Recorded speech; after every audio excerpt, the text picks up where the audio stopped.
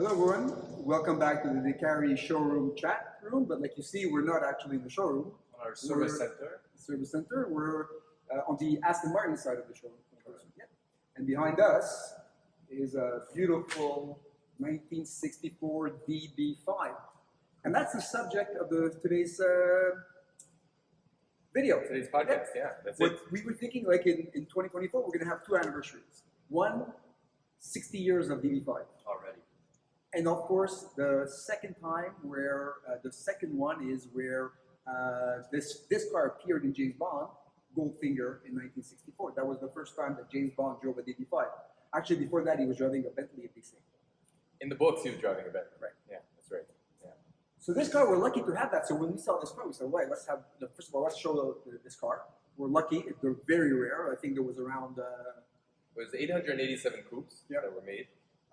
There was about 12 shooting brakes, and I think 123 convertibles. But surprisingly, only 19 left-handed drive cars were ever made in this car. That's incredible.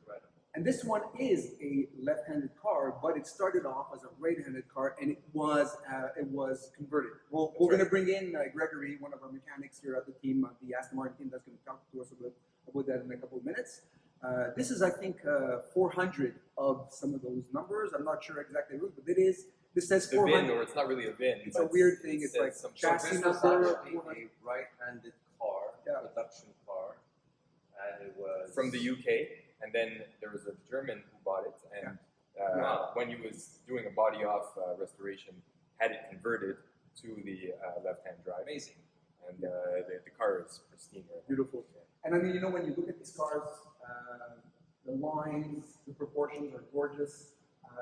You know, this, I mean, what they did, David Brown, because I think on this car, it still says David Brown, Aston Martin. So, however, this car, Aston did commission Carrozzeria Superleggera, along with Federico Formenti, to actually design this Aston Martin. There we go again. What you're saying in Italian? It is. We're always Always Italian. It's always Italian. Italian always puts his finger, his name is somewhere. Anyways, maybe you're right. Maybe I think you're right there. Which is actually cool that, you know, you think that an Italian the associate was there a long time ago, so which is great. Yeah. And we had a Superleggera just a little while ago. Up until 2020. That's right. So for me, just to my little thing, when I was thinking today when we were going to do this, I looked quickly online to see who drove what during the James Bond year movies, you know. So this is in 1964 was Goldfinger. Right. Then in 1965, Thunderbolt, there was another DB5. Yeah, exactly. Then, which, by the way, the first DB5 for James Bond, it was actually a red prototype that they had. But then the producers went back to Aston Martin and said, listen, the red, it doesn't show up on screen really well. They wanted to change it. So they asked for a gray one. And all Aston Martin had at the time was silver birch. Yeah. So that's how this color, which is actually silver birch as well, became so popular. And it is a beautiful color. It is. And it's classic. And then after that, it got really bad, I think. After that, they were driving Pontiac Parisiennes. The worst of them all is Roger Moore. First of all, I think this guy never drove any cars except for maybe that Lotus that was also a submarine. But he had nothing. He had AMCs. He had the weirdest cars, and most of the time, like, there wasn't a special car. So he was the black sheep.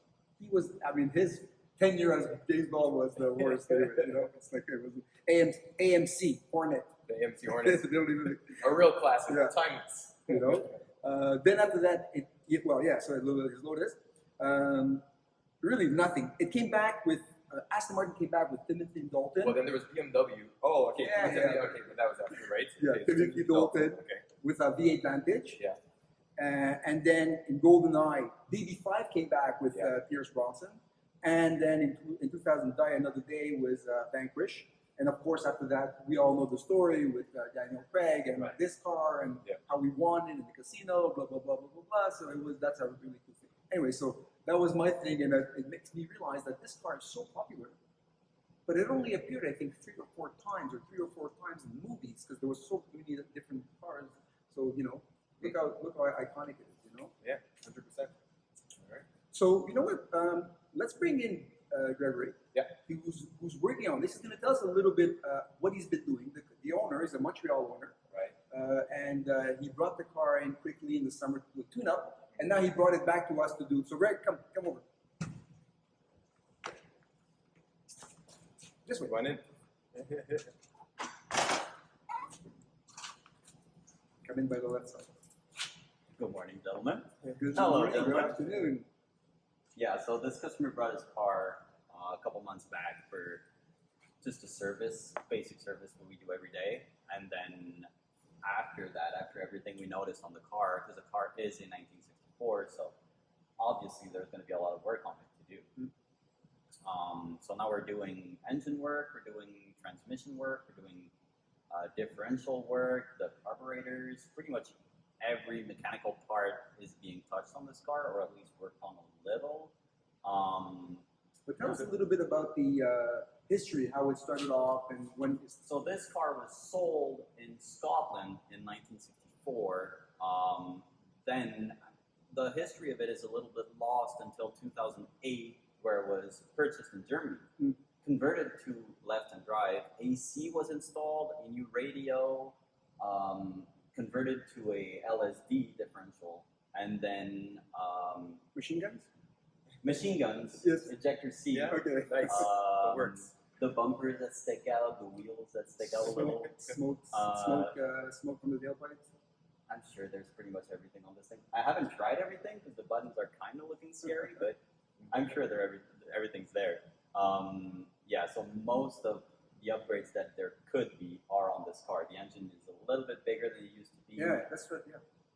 That's it. It went from a 4-liter inline 6 to now this is a 4.2. 4.2, which I'm guessing is mostly due to engine wear, where they had to clean it out and stroked it up to a 4.2. Yeah. Okay. But factory is a 4-liter, yeah. Nice. Yes. Beautiful. I mean, you know what? We'll social some videos of certain parts.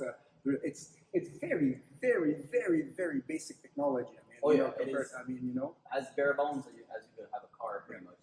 But it's still making 300 horsepower around there. It started at 282 horsepower Yeah. from the factory, and back then it made in 1964 that made it the fastest 4-seater car in the world. It Was would it go like really? 240 plus kilometers per hour. And it's got 5-speed transmission. So does it feel fast? How does it feel? Well, I only drove it at very low speeds Okay. because some of the parts weren't top notch on it, but it feels great. I mean, How Yeah. original is it from, let's say, when it was factory in your opinion? This particular car. This particular one should be around 80% factory, Okay. around there, because everything that was added on was done, factory spec, or at least very tastefully. The only obvious part would be the fog lights at the front. Everything else looks factory. I think the wheels are aftermarket, and then some suspension bits have been solidified or modified, but everything is pretty much factory. Even the interior looks brand new. It I is. heard for the suspension there's actually straps at the back. There's So- straps in the back to hold the axle in place that act sort of as a bump stop, or like they What? call them check straps. Kind Yeah. of. Just hold the axle straight if it goes over bumps and stuff. There's apparently they call it stability track or something, which is adjustable suspension in the rear. Okay. I have no clue if it works. Right. I didn't try it out, but it's a thing apparently on these cars. What's nice about these cars is that, I mean, they're basically designed to be taken apart to put back together. You know, I mean, everything is removable, and everything could be reached by a human. By this. By a human. So I mean, if you need to remove this, I guess somebody's hands could go in the back, hold the bolt, and unscrew it. You know, it's not like it was put in by a machine and now it's. Anyways, I love these old cars. I know you're like, you're okay with it. You're, you know. Just, everybody, I think it's like, the brand is iconic. Yeah. It's recognizable, obviously, to someone like me, literally because of the movies. But, I just think But it's, side has air conditioning though. that's cool. So what would be your favorite then? I'm not sure. I mean, in talking about this DB5, and we were discussing with the guys, I was thinking that I wasn't sure how really I felt about this. It does have that Italian old This is so Italian. Totally Italian. So I don't know. I'm on the fence with it. It's actually an attractive car. I just don't know if this would be something. Is it hairy under the arm? Under the well, Well, or that's my hair that's under there. Oh, it's your hair. It's iconic, but It it's, is. the way it looks doesn't look like new Aston Martins at No, all. no. So when you compare it to the new stuff, it's not the same thing, but it is iconic for what it is. So that's my thing. Is I'm a new design. Yeah, you like kind new of guy And you? that I'm attracted. Yeah, I love this. Yeah. I love this. I mean, I have a classic car myself. Not in this condition at all, but I mean, just getting in and driving it, you don't need to go fast. I love speed, so I love the modern cars for that. But just cruising in this, there's nothing better. We're gonna let you drive it. You're gonna see. You might like it. Sure. Thank you. And you? I'd like to take your advantage favorite? of One of that. your favorite? I like the old Vanquish a lot more than this Okay. to work on as well, but I think it's mostly because of generational Yeah, you're awareness, younger, kind of. You know, I didn't grow up with the James Bond movies at all, so the newer stuff, maybe DBS, that kind of thing, is a Right. lot more interesting to me than this. And it's newer technology, which we're most used to. Yeah. But this is still, But at great least, looking. thank God, this one doesn't have too many check engine lights or, like I used to tell Well, my it friend Jack, they sold. You know what I mean? This one, there's nothing. It works. It doesn't work. Something is wrong. But there's no. It's actually mechanical. Yeah. It's all mechanical. Yeah. When it doesn't work, I wish I could plug a computer in and see what exactly is going on. Well, but there's three things. you don't really Air, know it. You spark, don't really need it. fuel. Yeah, C'est that's tout. pretty much it. Anyways, I think it's a great. So 2024 will be a very, very special year for Aston Martin. Yep. 60 years of DB5, 60 years of Goldfinger. Goldfinger. Goldfinger. Well, Goldfinger. Remember the other one? Goldfinger, and we were lucky to have one in our store and have you guys work on it. It's really, really good. We'll take some pictures. We'll post them. Maybe we'll put the link of that history The of that actual car. car, the history of the car. That's it. Yeah. Do you have any questions? Tell us. Is this your favorite Aston Martin? Would this be your car if you had to choose, or was there like you already said a new Vanquish or something like that? For me, I would love this, not because it's James Bond, just because I love this thing, this shape and the whole feeling of it. Thank you very much. See you next time. Share and Subscribe. subscribe. Cheers.